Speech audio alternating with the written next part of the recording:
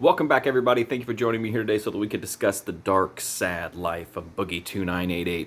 So, Boogie2988, as at one time one of the most beloved figures on YouTube and Twitch, did live streams, made videos, huge views, huge money, and he had a great reputation. In fact, he was at one point known as the Mr. Rogers of YouTube, which is hilarious given what happened later. But anyway, he went through a nasty divorce, did some really awful things. Kind of a new side of Boogie came out in the wake of his divorce, a side that people hadn't seen, or at least that the public hadn't seen. Went on a complete downward spiral, spent a bunch of money on prostitutes, lost a ton of money in crypto, made some of the cringiest videos ever, basically e-begging. His Twitch streams turned into disaster streams every time. And now he's kind of like leaning into the fact that he's a lolcow or someone who on YouTube who has more people who dislike him than like him.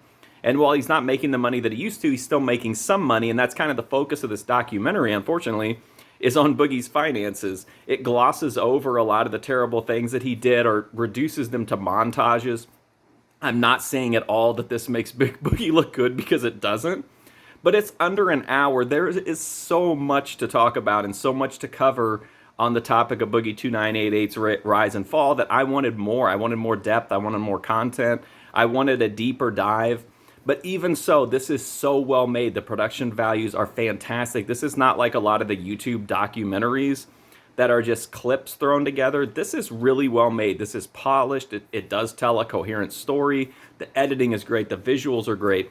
I think it's a really interesting and sometimes riveting documentary, but I wanted more. Like, this is just, we need a part 2 at least, or like an extended cut or something. But even as it stands, The Dark Sad Life of Boogie2988 is a really good documentary. And even though I wish it was a deeper dive, it's still definitely worth checking out if you're, into the YouTube drama or the lolcows or whatever.